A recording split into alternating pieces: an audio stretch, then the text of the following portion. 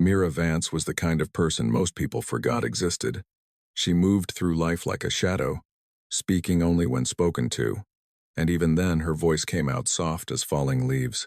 At 23 years old, she was the youngest crew member aboard the diplomatic vessel Steadyhand, and by every measure that mattered to the galaxy, she was the least important. She worked in the Botanical Bay, a small room at the back of the ship where Earth seeds learned to grow under alien suns. Her job was simple. She planted things, she watered them, she talked to them in whispers that even the ship's advanced translators could not always catch. The other crew members sometimes forgot her name. They called her the Plant Girl, or that quiet one, and moved on with their lives. The Steadyhand was not a warship. It was not fast or beautiful or impressive in any way. It was a floating box of metal and hope, carrying 47 humans across the stars to attend the Concord Summit on Ashara Prime. This was humanity's chance to be seen by the elder races of the galaxy. This was their moment to prove they belonged. But Mira knew the truth. Everyone on the ship knew it, even if they did not say it out loud. The galaxy did not want humans. The galaxy tolerated them the way a person tolerates a fly buzzing near their food. Annoying but not worth the effort to swat. Humanity had only been traveling between stars for 200 years. In galactic terms, they were babies learning to crawl while giants walked past them without looking down. The Galactic Concordat had accepted Earth's membership on a provisional basis, which was a polite way of saying they were allowed to exist as long as they did not cause trouble. The elder races were everything humanity was not. The Kethari were massive creatures covered in thick fur, each one standing 7 feet tall with muscles like coiled steel. They organized themselves into warrior lodges, and their alphas were champions who had killed their way to the top. They respected only strength. The Velith were different. They were thin and pale, with large dark eyes that seemed to look through you rather than at you. They communicated through psychic waves that humans could not hear or feel. To them, humanity was deaf and blind, stumbling through a universe they could not truly perceive. And then there were the Draconith, the dragons. Mira had seen pictures of them in the ship's database. 12 feet tall, scales like armor, wings that could carry them across battlefields, eyes that burned with inner fire. They were the oldest warrior race in the known galaxy, and their empire had risen and fallen a dozen times across 10,000 years. They were living legends, and they were terrifying. The summit on Ashara Prime would bring all these races together, along with dozens of others. Humanity would send its best diplomats, its smartest scientists, its most charming representatives. They would smile and bow and follow every protocol perfectly. And in the end, nothing would change. The galaxy would pat humanity on the head and send them home like children who had wandered into an adult party. Captain Reyes gathered the crew in the main hall 3 days before arrival. He was a good man with tired eyes, and he spoke to them with the honesty they deserved. "I will not lie to you," he said. "The odds are against us. The elder races see us as weak. They see us as temporary. Our job is to change their minds, even if it takes 100 years. We plant seeds now. Maybe our grandchildren will see them grow." Mira stood at the back of the room, barely visible behind taller crew members. She thought about seeds. She thought about patience. She thought about how the smallest plants sometimes broke through the hardest stone if given enough time. After the meeting, she returned to her botanical bay and checked on her garden. Tomatoes from Earth, flowers from Mars colonies, a strange blue vine from a trading post 3 systems away, each one growing slowly, reaching toward the artificial sunlight, alive and hopeful despite everything. "We are all just seeds," she whispered to them, trying to find a place to grow. The ship traveled on through the darkness between stars. Mira watered her plants and kept her thoughts to herself. She did not expect anything from the summit. She did not expect anyone to notice her. She was the quiet one, and quiet ones were meant to watch from the edges while louder people shaped the world. She could not have known that everything was about to change. She could not have known that across the galaxy, a dragon was preparing to die, and that their paths would cross in a way that would shake the foundations of everything the elder races believed about humanity. She could not have known that sometimes the universe chooses the smallest voice to speak the loudest truth. But the universe has a sense of humor. It loves to prove the powerful wrong. It loves to lift up the forgotten and show them what they are truly capable of. Mira Vance was about to become the most important human in the galaxy. She just did not know it yet. The steady hand continued its journey toward Ashara Prime, carrying its cargo of hope and uncertainty. The crew prepared their formal uniforms, the diplomats practiced their speeches, the scientists organized their presentations, and in the botanical bay, a quiet girl talked to her plants and dreamed of nothing in particular. The stars watched in silence, waiting for what was to come. Vexathrin the Ember stood alone on her ship as it crossed the void toward Ashara Prime. The vessel was too large for one person. It had been built to carry a clan, a family, a dynasty. Now it carried only her and the weight of her shame. She was 12 feet tall, her scales the deep red of cooling embers. Her wings were folded tight against her back, and her eyes burned with a fire that had once inspired armies to follow her into battle. She was beautiful in the way that storms are beautiful, in the way that funeral pyres are beautiful. She was magnificent and broken. The Draconith had ruled the stars when other species were still learning to use tools. They had built empires and burned them down and built them again. Their history was written in blood and fire and glory. Every Draconith child grew up hearing stories of heroes who had conquered worlds and died with honor. Vexathrin had believed those stories. She had trained from childhood to become a warrior worthy of her ancestors. She had earned her title, the Ember, by walking through fire that would have killed lesser beings. She had led her clan's forces in 3 major campaigns and never tasted defeat. Then came the betrayal. It had happened 6 months ago, though it felt like yesterday. Her clan, the Ashvari, had been drawn into a war against a rival dynasty. The battle was supposed to be straightforward. They had allies. They had numbers. They had her. But when the fighting started, the allies did not come. Ships that were supposed to support them turned and fled. Communications went silent. The Ashvari found themselves surrounded and alone, and Vexathrin could only watch as her people died around her. Her mother fell first, struck down by plasma fire while protecting the young ones. Her brothers went next, each one fighting until their last breath. Her sisters, her cousins, her friends, one by one, they were taken from her, and she could not save them. By the end, she was the only one left. The enemy had offered her a choice: surrender and live as a slave, or die with what remained of her honor. She had chosen to fight. She had killed 17 warriors before they finally brought her down, but they did not kill her. That was the cruelest part. They left her alive, alone, the last of her bloodline, a living monument to failure. By Draconith law, she now had only one path. She would go to a place where warriors gathered. She would challenge the strongest among them. She would fight, and she would fall. And her story would end with at least a shadow of the dignity her people deserved. Ashara Prime was perfect for this purpose. The Concord Summit would bring warriors from across the galaxy. The Kethari Alphas were famous for their strength and their eagerness to prove themselves. One of them would give her the death she sought. Her ship dropped out of faster-than-light travel and the neutral world appeared before her. It was a beautiful planet, covered in forests and oceans, chosen specifically because it belonged to no one. Here, enemies could meet without war. Here, treaties were signed and disputes were settled. Here, Vexathrin the Ember would die. She landed her ship at the designated port and walked through the crowds without speaking. The other delegates stared at her, some with fear, some with curiosity, some with barely hidden hunger, already calculating how they might benefit from her weakness. The Kethari Alphas noticed her immediately.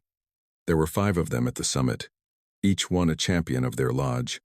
They were smaller than her, but strong and fast and numerous. They moved like wolves, always watching, always ready. One of them approached her on the first day. His name was Vorkan, and his fur was the color of dried blood. He smiled at her with teeth made for tearing flesh. "The last Ashvari," he said. "I have heard of your fall. Such a tragedy." Vexathrin looked at him without expression. "I will be in the challenge circle on the final day. You may face me there if you have the courage." Vorkan's smile widened. "I will enjoy watching you die, dragon." He walked away, and Vexathrin felt nothing.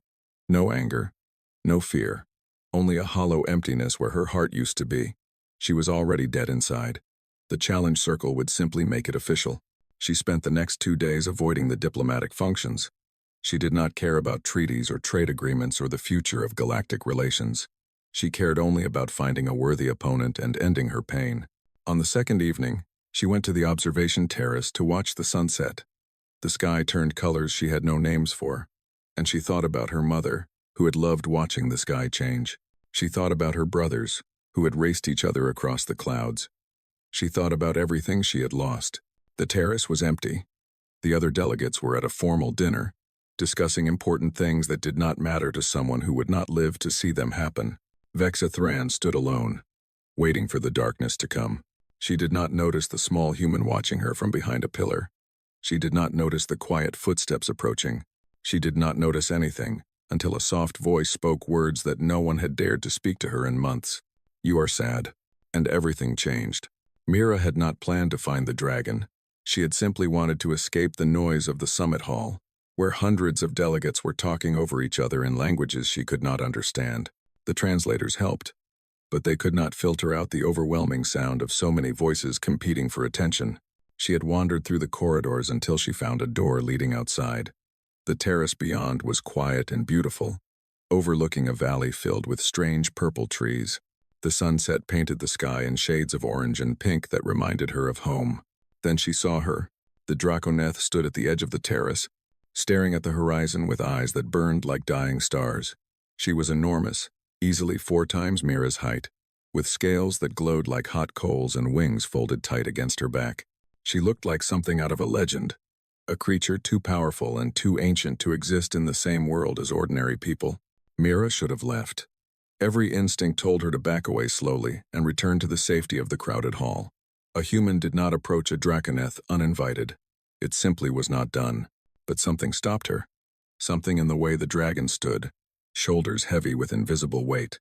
Something in those burning eyes that Mira recognized because she had seen it in her own reflection during the darkest days of her life. Loneliness. The deep, crushing kind that made every breath feel like a struggle. Before she could stop herself, the words came out. "You are sad." The dragon turned, and for a moment Mira thought she had made a terrible mistake. Those eyes looked down at her with an intensity that could have turned stone to ash. A low growl rumbled in the dragon's throat. "You should leave, small one. I am not safe company." The voice was deep and rough, like thunder rolling across distant mountains. It should have terrified Mira. Instead, it made her heart ache with recognition. She sat down on the cold stone, pulled a small packet from her pocket, and began eating dried fruit. Her hands were shaking slightly, but she kept her voice steady. "I am Mira. I grow plants. What is your name?" For a long moment, the dragon simply stared at her. Mira could feel the weight of that gaze, ancient and powerful and completely confused. No one had ever spoken to this creature so casually. No one had ever treated her as anything other than a legend or a threat. Finally, the dragon spoke again. "Vexathran. The Ember. That is a beautiful name." Mira meant it. The name felt like poetry, like music made of fire. "May I sit with you for a while? I promise to be quiet if you prefer." Vexathran said nothing, which Mira took as permission. She continued eating her dried fruit, watching the sunset without speaking. The silence between them was not uncomfortable. It was the kind of silence that happens between two people who do not need words to understand each other. After several minutes, Vexathran sat down. The movement was slow and careful, as if she was afraid of breaking something. Her scales clicked softly against the stone. "Why are you not afraid of me?" the dragon asked. Mira thought about it. "I do not know. I suppose I should be. You are very large and very fierce-looking. But you do not seem like someone who wants to hurt me. You seem like someone who is hurting and does not know how to stop." The words hung in the air between them. Vexathran looked away, and when she spoke again, her voice was quieter than before. "My clan is gone. My family is dead. I came here to find an honorable death in the challenge circle. That is the Draconeth way. When there is nothing left to live for, we die fighting." Mira's heart broke a little. She thought about her own dark times, the days after her parents died in the colony accident, when she had felt so alone that she could not see a reason to continue. She had survived only because someone had been kind to her when she needed it most. "I am sorry for your loss," she said softly. "Truly sorry, but I do not think death is the answer you are looking for." Vexathran made a sound that might have been a bitter laugh. "What would you know of it, small one? You are barely a child by Draconeth standards. You cannot understand the weight I carry." "Maybe not," Mira admitted. But I know what loneliness feels like. I know what it is like to feel forgotten and invisible and worthless. And I know that sometimes the bravest thing is not dying in battle. Sometimes the bravest thing is choosing to live when living seems impossible. They talked through the night. Mira shared stories about her plants, about the joy of watching something small and fragile grow into something strong and beautiful. Vexathron spoke of her people, their history, their traditions, their dreams for the future that would now never come true. By the time the first light of dawn touched the sky, something had shifted between them. Mira could see it in the dragon's eyes, a tiny spark where there had been only darkness before. "You are strange, little human," Vexathron said. "But I am glad you found me tonight." Mira smiled. "So am I." The final day of the summit arrived with clear skies and a tension that hung in the air like smoke before a fire. Delegates from 100 worlds gathered in the great arena at the center of the conference complex. The challenge circle had been drawn on the floor, a perfect ring of white light that marked the boundaries where disputes would be settled through combat. Mira stood at the back of the human delegation, her heart pounding in her chest. She had not slept since her conversation with Vexathron. She had spent the hours turning over possibilities in her mind, searching for a way to save the dragon who had become her friend. Captain Reyes had noticed her distraction but said nothing. He assumed she was simply overwhelmed by the spectacle of so many powerful beings gathered in one place. He could not have known the truth. The Cathari Alphas entered the arena first, walking with the confident swagger of predators who had never known defeat. Vorkan led them, his blood-red fur gleaming under the ceremonial lights. He was smiling, showing teeth that could tear through metal. 3 of the Alphas had registered formal challenges against Vexathron, the Ember. It was unusual to see so many challenges directed at a single opponent, but the Cathari saw opportunity in her weakness. A dragon brought low by tragedy was still a dragon. Killing one would bring glory to their lodges for generations. When Vexathron entered the arena, a hush fell over the crowd. She moved with the grace of a being who had accepted her fate, each step measured and final. Her scales caught the light and threw it back in shades of crimson and gold. Her eyes burned steady and calm. She looked magnificent. She looked ready to die. Mira felt something break inside her. This was wrong. All of it was wrong. Vexathron was not worthless or forgotten. She was brave and kind and full of stories that deserved to be told. She had suffered a terrible loss. But loss did not have to mean the end. It could mean the beginning of something new. The Arbiter, a tall being wrapped in silver robes, stepped into the center of the circle. His voice echoed through the arena as he announced the rules. Combat would continue until one party was dead or surrendered. All weapons were permitted. All tactics were allowed. There was no mercy in the challenge circle. Vorkan stepped forward first. He was large for a Cathari, nearly 8 feet of muscle and claws and barely contained violence. He looked at Vexathron with hunger in his eyes. "I accept the honor of being your executioner, dragon," he said loudly enough for the entire arena to hear. "Your clan died screaming. You will join them today." Vexathron did not respond. She simply lowered herself into a fighting stance, her claws extended, her wings half spread for balance. The fire in her eyes dimmed to something cold and empty. The Arbiter raised his hand to signal the beginning of combat. And then a voice cut through the silence like a blade. "Wait." Every eye in the arena turned toward the sound. Mira was walking forward, pushing past her fellow humans, ignoring their shocked whispers and grasping hands. She crossed the open floor with steps that felt unreal, as if she was watching herself from a great distance. She reached the edge of the challenge circle and stepped over the line without hesitation. The Arbiter made a sound of outrage. Protocol demanded that no one enter the circle without permission. What she was doing was not just unusual, it was unthinkable. But Mira did not care about protocol. She cared about her friend. She walked directly to Vexathron, who was watching her with an expression of complete confusion. The dragon towered over her, a mountain of scales and fire, and Mira had never felt so small in her life. But she did not stop. She could not stop. "Lower your head," she said quietly. "Please," for a heartbeat that lasted forever. Vexathron did not move. Then, slowly, as if compelled by a force she could not understand, the dragon bent down until her great scaled head was level with Mira's face. Mira reached up and placed her hands on the dragon's cheeks.